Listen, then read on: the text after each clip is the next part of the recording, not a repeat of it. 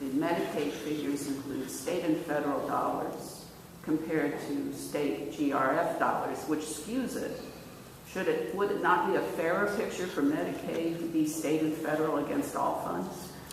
I think when we initially started the process, our commitment back at the beginning of the year was to the taxpayer, not just at the state level, but to the federal level. And for those of you that recall my initial objectives, two of those objectives were to not raise taxes on Ohio families and to assist in lowering the federal debt.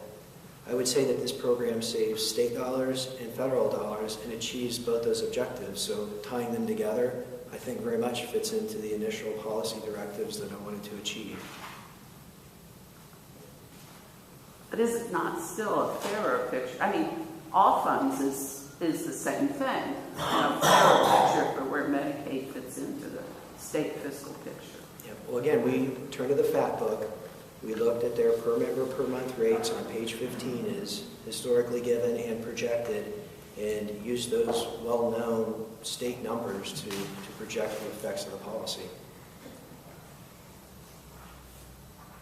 At the end of the day, does a joint oversight committee, does it issue reports? Right? It can issue reports. Do they have a formal function after they're done listening to the director and others?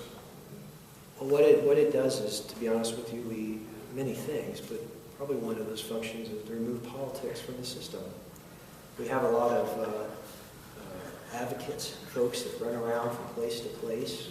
Legislators sometimes have a difficult task getting a holistic story on an issue. We also have a problem with continuity of Medicaid information in the General Assembly, where you may have a few people that understand the issue and others that simply have no idea how it functions. JMOC would also allow for a continuity of policy as well as information due to term limits. As you all know, I won't be here forever. Somebody's going to have to take my place, and I would like to see that person informed. We can issue reports.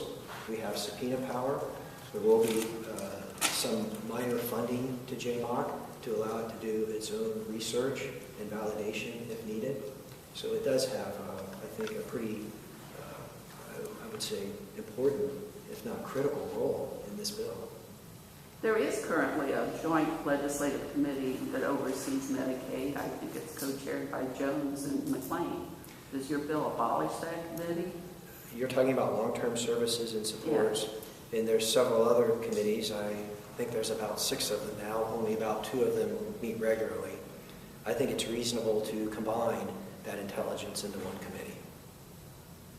Senator, is this now that you have this proposal, is this where it ends, or do you see another bill coming after this?